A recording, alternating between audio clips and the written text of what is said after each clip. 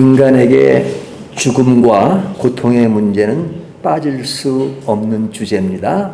죽음과 고통. 근데 이 죽음이란 주제는 큰 것이죠. 또 고통이란 주제도 굉장히 큰 것입니다. 근데 오늘 말씀은 이 두 개의 큰 주제를 다루고 있습니다. 죽음으로 한 번에 다룰 수 있고 고통이란 문제를 다룰 수 있는데, 오늘은 이 큰 주제임에도 불구하고 이것을 두 개 동시에 다루는 이유는 오늘 읽은 본문의 말씀이 이 두 가지 문제를 동시에 다루고 있기 때문에 그렇습니다. 또 다른 하나의 이유는 이 죽음과 고통의 문제는 떨어질래야 떨어질 수 없는 그런 밀접한 관계를 가지고 있기 때문에 이 죽음과 고통의 문제를 함께 생각하는 것은 매우 중요하다고 생각이 듭니다. 이런 말들을 하지요. 죽는 것에 대한 두려움은 없는데 고통에 대한 두려움이 있습니다 라고 말하는 사람이 있습니다. 그러니까 뭐 죽는 것은 어차피 다 죽는데 그냥 편안하게 죽는 것, 그렇게 사는 것이 의미가 있지 진짜 고통스럽게 사는 것은 정말 두렵습니다, 그렇게 말하는 경우가 많습니다. 같은 의미로 죽을 때 고통 없이 죽는 것은 복이다, 뭐 이런 말도 합니다. 저는 제가 알고 있는 목사님과 함께 예전에 오래된 일입니다. 분식센터에 갔습니다. 분식센터니까 굉장히 조그마한 식당이죠. 뭐 의자 몇 개 안 되는 그런 곳인데 딱 들어가니까 손님이 아무도 없고 그분이랑 저랑 둘이만 이렇게 식사를 주문했습니다. 분식 중에 하나겠죠. 근데 이제 거기에 주인으로 보이는 어떤 여자 중년분이 계시고, 그리고 이제 할머니 한 분이 쭉 이렇게 나오시는데 이렇게 그 대파를 들고 나오더라고요. 대파를 들고 이제 바로 저희 앞에 있는 테이블에 앉아가지고 그것을 이렇게 정리하려고 딱 앉는 순간에 딱 앉더니나 푹 쓰러지더라고요. 그러니까 그 딸인 모양입니다. 그분이 깜짝 놀라면서 얼른 들어가서 바늘을 가지고 나오더니 그분에게 이게 손톱 여기를 탁 찔리는 거예요. 그러니까 찌를 때 그 할머니의 모습을 보니까 이렇게 갑자기 이렇게 입이 좀 오므러지는 그런 느낌이 들었는데 그냥 푹 쓰러지더라고요. 의식도 없이. 그래서 사람이 없으니까 제 친구 되는 그 목사님이 그분을 업고 병원으로 가기 시작한 겁니다. 병원으로 딱 나서는데 갑자기 뭐라고 하냐면 이분이 오줌을 싸시네. 그리고 이제 택시를 잡고, 저는 뭐 택시를 잡고 그분을 업고 하여튼 난리가 났습니다. 하여튼 그래서 이제 병원을 갔는데, 작은 병원에 갔는데 의사가 탁 나오더니 큰 병원으로 가라고. 그래서 이제 큰 병원으로 갔습니다. 저기 안암동에 있는 고대병원으로 갔는데 가보니까 그 의사가 딱 보더니 이미 돌아가셨습니다 그러더라고요. 이미 돌아가셨습니다. 그러니까 그냥 시신을 업고 계속 다닌 거죠. 아마 그 오줌을 싸실 때 아마 그때 아마 숨지지 않았나 싶습니다. 근데 이제 저희는 그분이 위기가 왔기 때문에 그분을 이렇게 도우려고 업고 뛰었는데 그런 일이 생기니까 그것도 그냥 집에 갈 수 있는 일이 아니었습니다. 경찰이 와가지고 또 저희들도 또 이렇게 면담을 하고 또 그것이 어떻게 된 건지를 다 조사한 다음에 저희가 좀 늦게 집에 오게 됐는데, 그로부터 한 몇 주가 지나서 그 가족으로부터 연락이 왔습니다. 장례를 잘 치렀다고, 그때 도와주셔서 너무너무 감사하다고.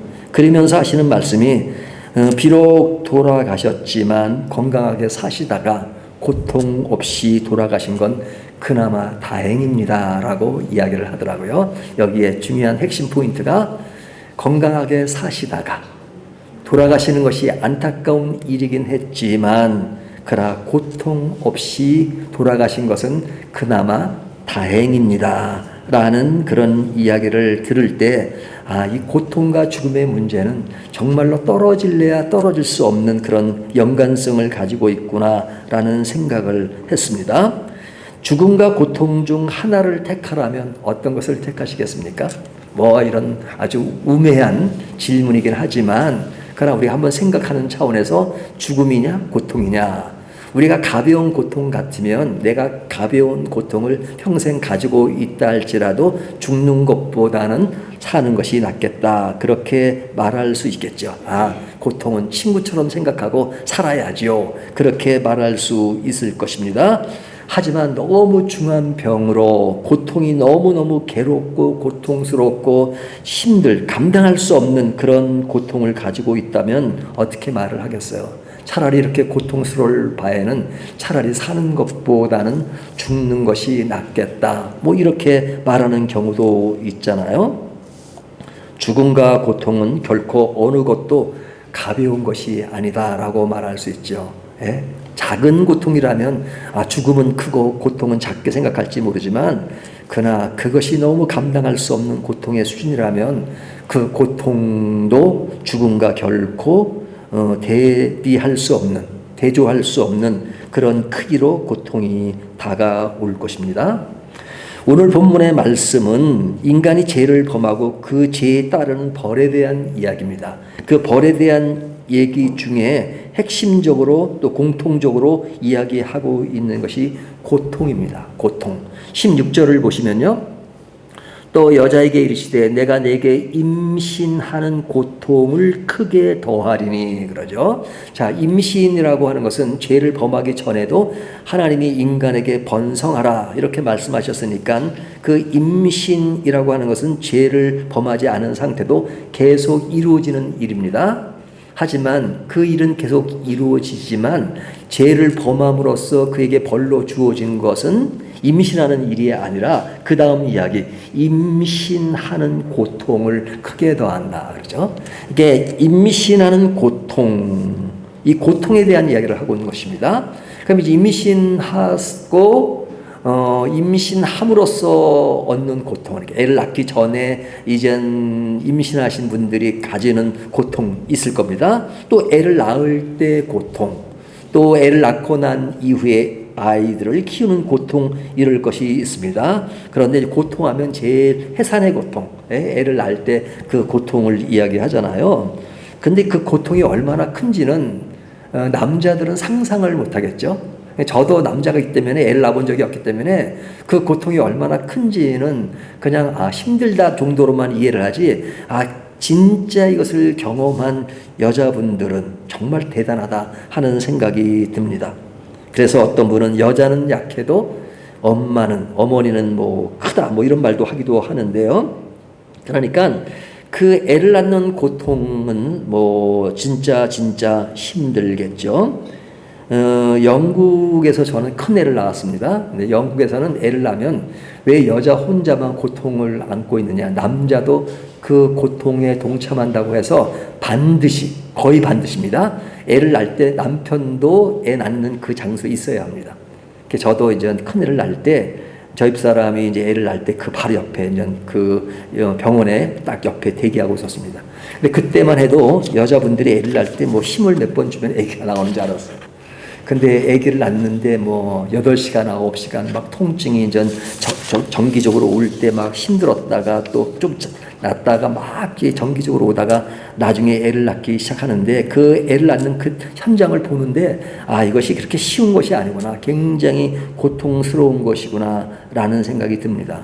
저 사람도 막 힘들어하는데 의사가 마취를 할까요? 그러니까 괜찮다고 처음엔 그러더니 나중에는 힘드니까 마취하자고 그런 거를 들은 적이 있는데, 그러니까 얼마나 이런 애를 낳는 고통이 힘든 것인가. 근데 그 고통이 언제 주어진 것이냐? 오늘 본문에 보니까 인간이 죄를 짓고 그 임신하는 고통이 있다. 해산의 고통뿐 아니라 그 전반적인 해산 전에 후에 어떤 인간에게 다가온 고통, 그것을 얘기하죠.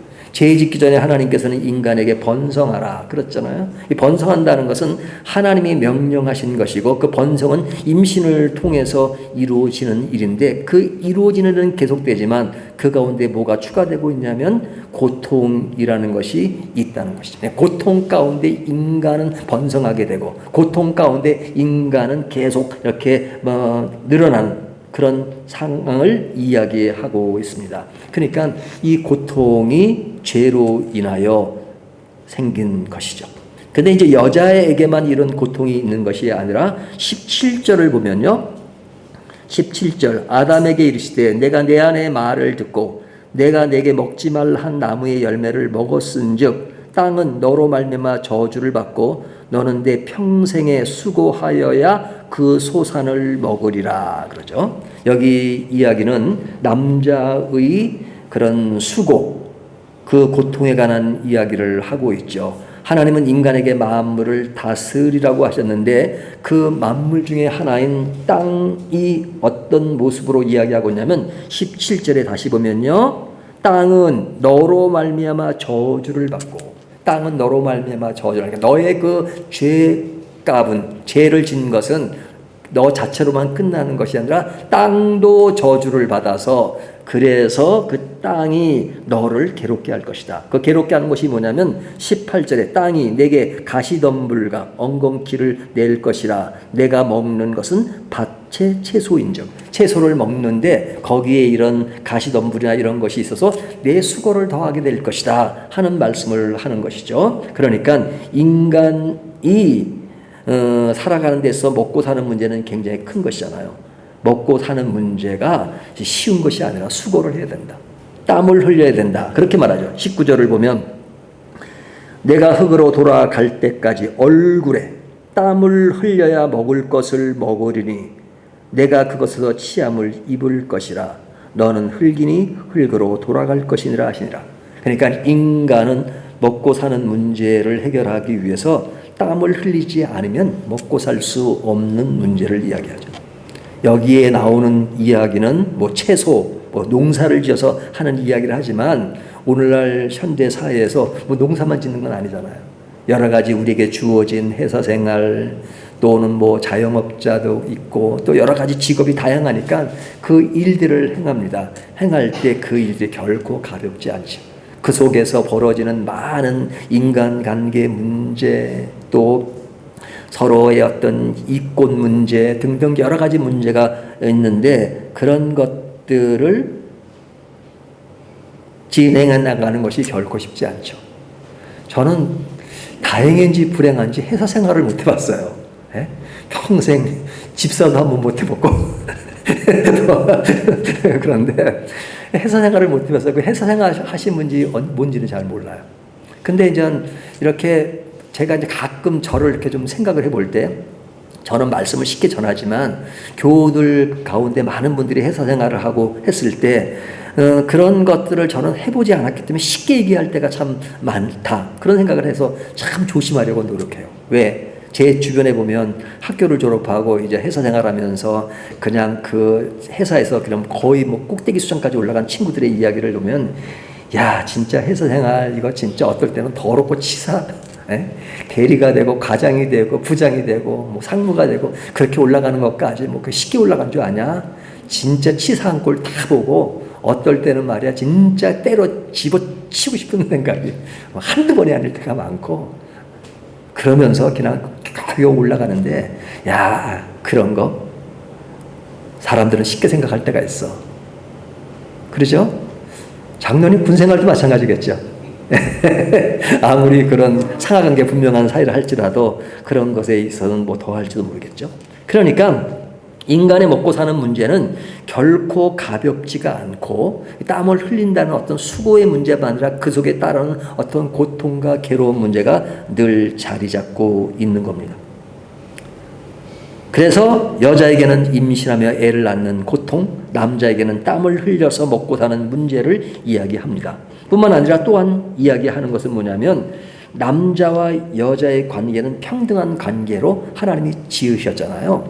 그런데 여기서 보면 남자에게 여자를 지배하는 고난을 부여하십니다. 16절에 보면 또 여자에게 이르시되 내가 내게 임신하는 고통을 크게 더하리라. 내가 수고하고 자식을 낳을 것이며 너는 남편을 원하고 남편은 너를 다스릴 것이니라 하시고, 여기 보면 그 남녀 평등권이랑은 조금 다른 듯한 그런 내용이 나오죠. 남자가 여자를 지배할 것이다. 이게 동양과 서양은 조금 다르지만 사실은 서양의 역사를 보더라도 여자와 남자의 관계가 평등한 것으로 되기까지는 오랜 세월이 걸렸고, 사실은 그 평등의 문제로 많은 그런 이수 정도 온 것까지도 굉장히 오랜 세월이 걸렸습니다. 우리나라도 뭐 남녀 평등하지만 사실은 뭐 우리나라의 어떤 또 100년 역사를 뭐 이렇게 쪼개서 본다 그러면 100년 전의 여자의 직이라는 것은 사실은 굉장히 좀 남자와는 이렇게 구별되는 그런 것이었잖아요. 그러니까 교회는 그래도 이제 우리나라에 들어와서 그 남녀 평등을 이루게 하는 주요 역할을 많이 했습니다. 하지만 저 어렸을 때 보면요, 저 기억나요. 저는 그 세대까지는 아닌데 옛날에는 이렇게 남녀가 이렇게 같이 앉아 있지 못했잖아요. 교회 가면은 한쪽은 여자들만 앉고 한쪽은 남자들. 예? 제 전 시대에는 그 중간에 또 커튼도 쳤다 그러더라고요. 서로 보지 못하도록. 근데 쟤는 그 세대는 아니고 그 다음 세대 남녀가 이렇게 따로 앉는 그 세대다가 제가 한 중학교 정도 올라갈 때 보면 저 교회에서 이렇게 섞여 앉기 시작했어요. 네? 그러면서 지금은 자유롭게 앉지만 그때는 남녀 관계를 이렇게 분류하는 그런 것이 강했죠. 그런데 뭐 우리나라뿐 아니라 서양에 있어서도 그런 것이 이제 평등으로 지금은 많이 이렇게 완화됐지만 그 역사가 길지 않잖아요. 그러니까 우리들이 살아가는 삶의 연장에서 남녀 평등하지 못한 그런 것들이 오랜 세월 동안 주어지고 사실 지금도 완전하다고 말할 수는 없죠. 자, 이런 것들이 이제 어떤 인간이 죄를 범함으로써 그런 벌로서 어떤 고통과 그리고 어려움들이 생긴 일입니다. 그뿐 아니라 또 어떤 문제를 다루고 있냐면요. 19절을 보면 내가 흙으로 돌아갈 때까지 얼굴에 땀을 흘려야 먹을 것을 먹으리니. 자, 이 먹을 것을 먹는다. 어떻게 먹냐? 땀을 흘리는데 언제까지냐? 내가 흙으로 돌아갈 때까지. 이게 뭐예요? 죽기까지. 예? 그러니까 인간에게 죽음이 있다는 것을 이야기하고 있잖아요. 그러니까 인간이 죄를 통해서 원래 창조될 때는 죽지 않는 인간이었는데 죄를 범함으로써 인간에게 죽음이 온 것입니다. 죽음이 온 것입니다. 그러니까 내가 흙으로 왔으니 흙으로 돌아갈 것이다 그러죠. 흙으로 돌아간다. 그러니까 인간은 흙으로만 된 것이 아니라 하나님의 생기로 인간이 되었는데 그 생기 것은 빠지고 인간은 원래 흙의 존재였다. 타락한 이후의 인간의 모습은 사실은 흙이 강조되고 있잖아요. 그래서 흙으로 돌아갈 것이다. 근데 흙으로 돌아가는 그 모습은 무엇과 연결되냐면 14절을 보면요. 우리가 지지난주의 본문에 보면 여호와의 하나님이 뱀에게 이르시되 내가 이렇게 하였으니 하고 뱀에는 뭐 기회도 주지 않고 그냥 바로 저주가 내리는데 너는 저주를 받아 배로 다니고 살아있는 동안 흙을 먹을지니라. 뱀은 저주를 받아서 흙을 먹을지니라. 근데 인간은 나중에 어디로 돌아간다고요? 흙으로 돌아가요. 흙으로 돌아가는 그 흙을 누가 먹어요? 뱀이 먹잖아요. 뱀이 먹잖아요. 그러니까 이런 이야기는 상당히 많은 것을 생각하죠. 인간이 그냥 육체로 살았다가 죽는 것으로 끝나버린다면 참 허무한 것이죠. 그리고 아무것도 아니죠. 어떤 사람이 인간의 존엄성을 이야기하면서 인간의 어떤 그런 물리적인 육체적인 성분을 돈으로 계산했는데 돈으로 계산하니까 그냥 몇천 원밖에 안 되더래요. 그러니까 이 물질적인 차원에서 보면 인간은 아무것도 아닙니다. 우리가 장례식에 가보면 이렇게 화장을 하고 그렇게 이렇게 뼈를 보여주잖아요. 그러면 참 살았을 때는 저렇게 많은 것을 생각하고 많은 것을 나누고 했던 분인데 돌아가시는 건 진짜 한 줌의 흙으로 돌아가는구나. 그런 생각을 하게 되잖아요. 그러니까 인간의 죽음은 참 많은 것을 생각하게 합니다. 근데 우리가 본문에 나타난 그런 고통을 좀 분류해서 생각을 해보면 이렇게 분류할 수 있을 것 같습니다. 인간에게 물리적인 고통이 있죠. 물리적인 고통. 예, 아이를 낳는 그것은 물리적인 고통이죠. 육체로 실제 피부로 느끼는 고통이잖아요. 그런 고통이 있습니다. 뭐 그 피부로 느끼는 고통은 애를 낳는 것뿐 아니라 뭐 어디 다친다거나 또 사고가 난다거나 또 어떤 일 때문에 이렇게 몸으로 또 나이가 들면 또 그것으로 오는 또 이렇게 통증 뭐 이런 것들이 있잖아요. 그런 물리적인 고통이 있습니다. 하지만 물리적인 고통만 있는 것이 아니라 정신적인 고통이 있죠. 인간은 흙으로 돌아갈 때까지 먹고 사는 문제를 생각하고 하는 그런 남자들의 모습을 보면 야, 이 먹고 사는 문제가 쉬운 게 아니죠. 그것을 위해서 가족을 먹여 살려야 되죠. 남자가 어느 날 갑자기 회사에서 그만두게 되고, 그래서 영화 같은 때 보면 남자는 출근한다 그래놓고 공원에 가서 혼자 이렇게 먹고 그냥 삼각 김밥을 하나 사가지고 먹는 그 뒷모습을 이렇게 찍는 것을 보면 참 그런 외로운 남편상을 그리기도 하잖아요. 먹여 살려야 되는데 나는 먹여 살릴 수 있는 능력을 지금 상실했으니까 그래서 오는 어떤 외로움, 그렇죠? 뭐 이것은 그래도 조금 덜한 그런 고통이라고 할 수 있지만 진짜 빛에 쪼달리고 그러면서 애들은 살려야 되고 키워야 되는데 없어가지고 고민하는 고통, 또 뭐 그런 여유는 있다 할지라도 생활 가운데 정신적으로 많이 생각해야 되는 부분들, 그리고 괴로운 부분들, 번민하는 그런 부분들 보면 정신적인 고통은 있죠. 인간은 죽음 앞에서 존재론적인 불안 증세를 가지고 있는 것이 인간이기 때문에 인간에게는 정신적인 불안이 없을 수 없다라고 사람들은 이야기하잖아요. 그러니까 정신적인 고통이 있습니다. 물리적인 고통도 있고. 근데 이것이 다냐? 또 다른 고통도 있죠. 오늘 본문에 보면 이런 고통들이 왜 주어졌습니까? 죄를 범함으로써 주어진 것이라면 영적인 고통이 인간에게 있는 것이죠. 영적인 고통. 그러니까 뭐 인간이 분류하긴 것이지만 물리적인 고통, 정신적인 고통, 영적인 고통, 이 세 가지가 인간에게 늘 있는 것이죠. 근데 이 세 가지 부분이 또 이 세 가지가 어떤 고통이 가장 큰 것인가? 우리가 물리적인 고통을 사실은 제일 가볍게 취급할 때도 있지만 사실은 물리적인 고통도 그 고통의 수위가 높아지면 정말 힘들죠. 정말 힘들죠. 제 후배 중에 웰다잉 하는 후배가 있는데 이 웰다잉 하는 것은 잘 죽는다는 것을 이야기하는 거잖아요. 근데 잘 죽는다는 것은 잘 죽는 것을 준비해서 잘 살겠다는 그런 건데 그 내용을 이렇게 깊이 들어가 보면 대부분의 내용이 뭐냐면 인간에게 고통을 덜하자는 겁니다. 고통을 덜하자. 그러니까 죽음에 대한 두려움이 있는데 그 고통을 덜하게 되고, 그래서 그 웰다잉 하는 사람들은 어떤 죽음에 대한 문제뿐 아니라 이런 뭐 사람이 고통스러운 가운데 있어서는 그냥 죽을 수 있도록 편하게 죽을 수 있는 것도 좀 행하자라고 굉장히 거기에 호의적인 그런 입장을 드러내기도 합니다. 왜? 고통이 너무 큰 것이니까. 근데 이 고통을 당하는 사람, 굉장히 큰 고통이 있어요. 암으로 막 고통해서 아주 그냥 너무너무 감당하기 어려운 고통이 있어요. 근데 그 식구 가족들은 뭐라고 하면 그 고통스러운 그 남편을 보면서 이 남편이 사실은 어렵더라도, 비록 식물 인간이 되더라도 나는 살아있으면 좋겠다. 뭐 그렇게 이야기하는 사람도 있단 말이죠.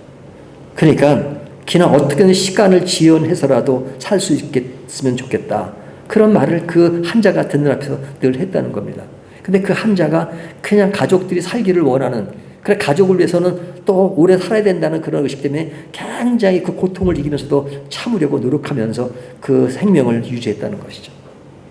근데 그분이 돌아가셨대요. 결국은 돌아가셨는데 나중에 장례할 때 보니까 그 이가 다 잇몸 안으로 다 들어가 있더래요. 그러니까 그 고통을 참기 위해서 그냥 얼마나 들었는지 그 이가 그 잇몸 안으로 다 들어가는 그 모습을 보면서 그 아들 되는 분이 정말로 죽을 때 이렇게 고통스럽게 하면 안 되겠다. 정말로 산 사람을 위해서 죽어가는 사람에게 그렇게 고통을 줘서는 안 되겠다 하는 그런 이야기를 들은 적이 있습니다. 그러니까 이 고통이라고 하는 것은 결코 가볍지가 않습니다. 우리가 살짝 오는 고통에 대해서는 쉽게 생각할 수 있지만 정신적인 고통이 큰 것이긴 하지만 그러나 물리적인 고통도 굉장히 큰 차원에서 물리적인 고통은 아무것도 아니라고 누가 말할 수 있겠습니까? 그 고통을 싫지 않고 있는 사람은 너무나도 힘들고 고통스러운 것이죠. 정신적인 것으로 물리적인 고통을 덜할 수 있는 측면은 있습니다. 하지만 물리적인 고통도 결코 가볍지 않다는 것. 물리적인 건강함이 정신적인 고통을 지배하는 그런 경우도 많이 있죠. 그래서 같이 아픈 경우를 할지라도 정신적으로 극복하는 그런 것은 분명히 있습니다. 그런 의미에서 우리가 고통의 수위를 따질 때는 어느 것이 더 크냐라고 말할 수 없을지 모르지만, 그러나 그런 관계에 있어서는 좀 차이는 있는 것 같습니다. 그래서 이 정신적인 것은 건강하면 어떤 물리적인 고통을 좀 더 극복할 수 있는 힘이 되는 그런 경우는 많죠. 그래서 이 정신적인 고통이나 물리적인 고통은 하여튼 어느 것이 우위에 있든 간에 굉장히 고통스럽다 하는 것을 이야기할 수 있습니다. 그런데 이 두 가지와 비교되는 것은 영적인 고통입니다. 영적인 고통. 이 영적인 고통이라고 말하는 것은 어찌 보면 물리적으로는 무감각할 수 있고 또는 정신적으로는 실감하지 못할 수가 있습니다. 왜?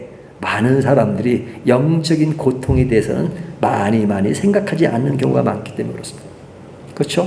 믿지 않는 사람이라면 누가 영적인 고통을 생각합니까? 그냥 인간 살아가는 곳에서 물리적인 고통, 정신적인 고통은 너무너무 말을 많이 하지만 영적인 고통에 대해서는 거의 모르고 또는 느끼지도 못하고 살아가는 경우가 많습니다. 그리고 실제로 영적인 고통이 나를 지배하지 않는 듯한 것에서 그냥 무식한 가운데 무의식적으로 무감각한 상태로 살아갈 때가 많습니다. 하지만 영적인 고통이라고 하는 것은 뭐예요? 죄와 직접적인 관련이 있는 것이잖아요. 영적인 것이 끊어졌다는 것은 하나님과의 관계가 끊어졌다는 겁니다. 영적인 고통이 있다 그러면 하나님과 교통이 원만하지 않다는 것이잖아요.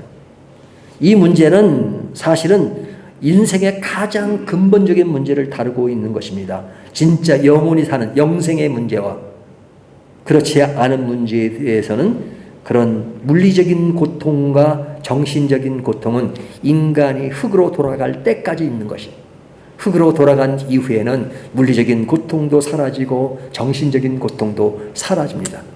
그래서 사도 바울은 뭐라고 말합니까?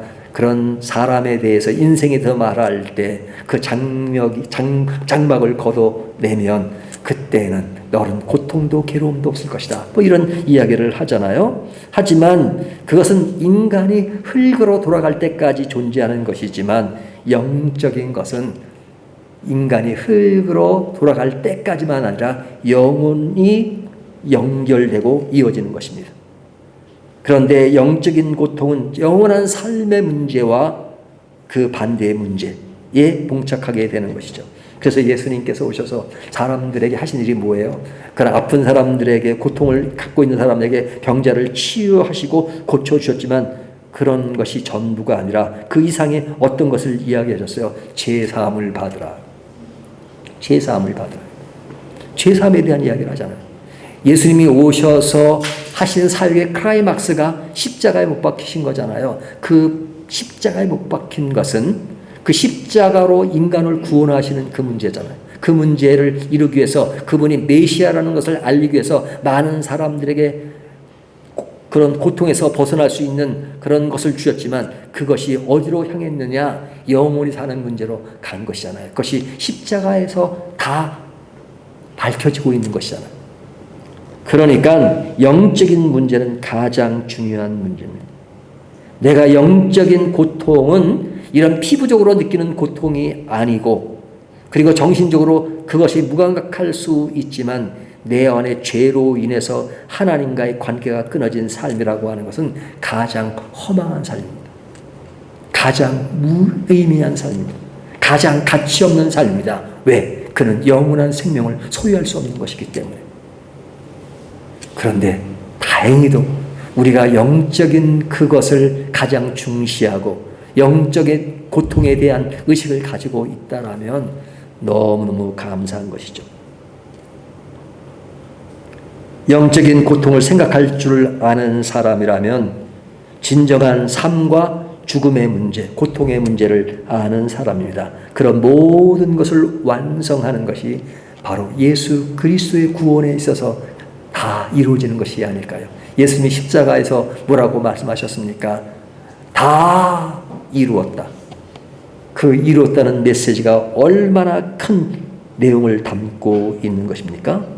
그래서 하나님의 말씀은 인간에게 이루어지는 많은 고통과 죽음의 문제를 이야기하지만 그것으로 끝나지를 않습니다. 오늘 본문을 보면 우리가 3장 16절부터 보았지만 사실은 뒤에 가보면 20절과 21절은 우리에게 다른 부분을 우리에게 시사합니다. 그것이 뭐죠? 20절을 보면 아담이 그의 아내의 이름을 하와라 불렀으니 그는 모든 산자의 어머니가 되미로라.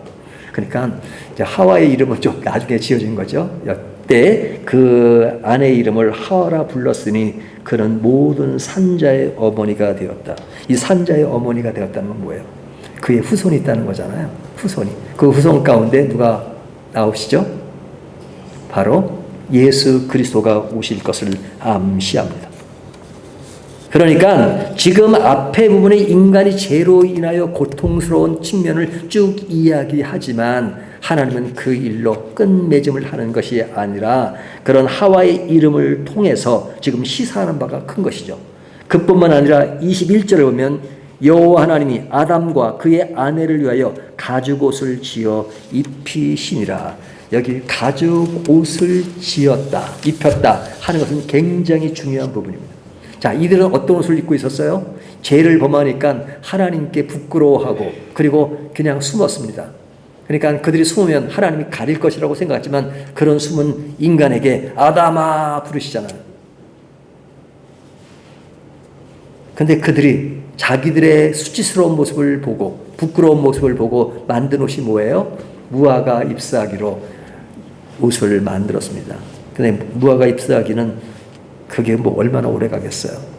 근데 이런 인간에게 고통이 주어지는 그런 저주의 벌을 그들에게 주어졌지만 하나님은 그것으로 됐어, 끝이다 이렇게 말씀하시지 않고 다른 또 반전의 이야기를 하십니다. 그것이 하와는 산자의 어머니다. 그리고 그에게 가죽옷을 지어 입히십니다. 가죽옷을. 가죽옷은 입히다는 건 뭐예요? 동물을 잡았다는 거잖아요. 동물을 잡아요. 예? 동물을 잡아야 가죽이 생기잖아요. 그 동물을 잡아서 그 동물이 피를 흘리고. 그래서 우리가 창세기에 보면 계속해서 이제 출애굽기 이어지는 내용에 보면은 제사라는 것이 있잖아요. 예? 제사. 제사라는 거 뭡니까? 예? 구원에 이르는 것이 하나의 모형이잖아요. 인간이 그런 성전에 나갈 때, 성소에 나갈 때 그냥 자기 죄를 해결하기 위해서 번제를 드리고 그러잖아요. 번제를 때 뭘 가져가요? 돈이 여유가 있는 사람은 뭐 수송아지, 수염소 뭐 이런 염소를 가져가고 양을 가져가지만 그러나 돈이 없는 사람은 산비둘기를 가져가도 제사장에 가져갑니다. 그리고 이것을 가지고 그냥 제사함을 받는 그건 뭐예요? 죄의 싹은 사망이니까 죽어야 되는 겁니다. 죽어야 돼요. 죄 지면 다 인간은 죽어야 돼요. 그래서 인간을 죽일 수가 없잖아요. 그러니까 그 동물에게 인간의 죄를 전가시킵니다. 내 죄를 내가 가져. 내가 전가시켜. 그리고 가진 그 동물을 죽여서 죄사함을 받는 그런 상징적 의미를 가지고 있잖아요. 그러니까 제사제도는 인간의 죄사함을 보여주고 그것의 진짜 오리지널 완성품은 바로 예수 그리스도께서 오셔서 십자가에 나를 위해서 십자가에 못 박히신 거잖아요. 내가 달려야 될 그 자리에 주님이 달리신 거잖아요. 용서하신 거잖아요. 그래서 히브리서에 보면 그런 제사들은 다 임시적이고 그리고 완전하지 못한 거. 그래서 제사를 드릴 때 또 드리고 또라는 것이 굉장히 강조돼요. 하지만 그리스도가 단번에 드리신 바 되고 단번에 모든 것을 한 번에 완성하셨잖아요. 근데 그러한 일들이 생길 것을 우리가 지난 시간에 원시복음에서 암시하셨듯이 조금씩 그 원시복음에서 점점 그 메시지가 강화되기 시작합니다. 그 강화되는 메시지 중에 하나가 산자의 어미가 되고 그리고 이제는 진짜 동물을 잡아서 피를 흘린 그런 가죽옷을 그런 만들어서 인간에게 입히는 하나님의 원대한 사랑과 은혜가 드러나기 시작합니다. 물론 그전에도 하나님의 사랑은 컸지만 죄진 인간에게 하나님은 그것을 완전히 버리는 것이 아니고 완전히 끝내는 것이 아니고 그 인간을 다시 살리고자 하는 하나님의 열망과 열심이 그 인간이 죄를 범하면서 시작될 때부터 하나님의 은혜는 계속 같이 시작되는 것입니다. 하나님의 은혜예요. 하나님의 은혜는 너무너무 크신 것이죠. 그래서 우리가 성경을 볼 때 성경은 무엇을 이야기하냐면 구속사의 흐름이라고 이야기합니다. 구속사의, 하나님의 구속의 흐름. 그러니까 인간이 타락하고 뭐 하는 부분이 뭐 창세부터 모세오경, 신명기까지, 그리고 나서 이어지는 성경을 보십시오. 그 다음부터 역사서, 사무엘상, 역대상, 열왕기상, 그 다음에 나오는 그런 이야기들 하면 왕들 간에 이어지는 그런 아주 죄성이 이루어지는 그 이야기들, 또 선지를 통해서 이스라엘의 범죄를 이야기하는 것이 나오잖아요. 그런데 그런 맥락의 어떤 인간의 삶의 그릇된 현장과 고통의 죽음의 문제가 계속 다뤄지고 있지만 그 속에 사람 몸에 핏줄에서 피가 흐르듯이 구속의 역사가 핏줄처럼 흐르는 것이 있잖아요. 그것이 바로 예수 그리스도를 향하는 그런 인간의 구원과 회복에 가는 끈을 놓지 않고 성경은 핏줄처럼 계속 흐르고 있는 것입니다. 그 흐름 속에 원시복음이 있고 오늘같이 하나님이 그 인간을 위해서 가죽옷을 지어 입히는, 동물을 잡는 그런 것을 통해서 인간을 보호하시고 인간을 해결해 나가는, 회복시켜 나가는 하나님의 원대한 사랑이 있는 것이죠. 인간의 가장 큰 고통을 해결하는 것은 영적인 고통을 치유하는 것입니다. 그 고통을 치유하는 길을 복잡하고 어렵고 회생 불가능한 것이 아니라 주님은 너무너무 쉽게 말씀하십니다. 수고하고 무거운 짐진 자들아 다 내게로 오라. Follow me, follow me. 내가 너를 구원할 것이다. 내가 내 노력과 내 힘으로 되는 것이 아니라 나를 믿어. 내가 너를 책임지고 너를 그 것에서, 영적인 고통에서 완전히 헤어나게 할 것이야. 그런 고통에 해한다면 우리가 살아가는 동안 물리적인 고통이 있고 정신적인 고통이 있다 할지라도 그러나 그것은 흙으로 돌아갈 때까지는 있겠지만 그러나 영혼을 보장하는 것에서 언젠가는 그 모든 것이 다 사라지는 그때가 올 것입니다.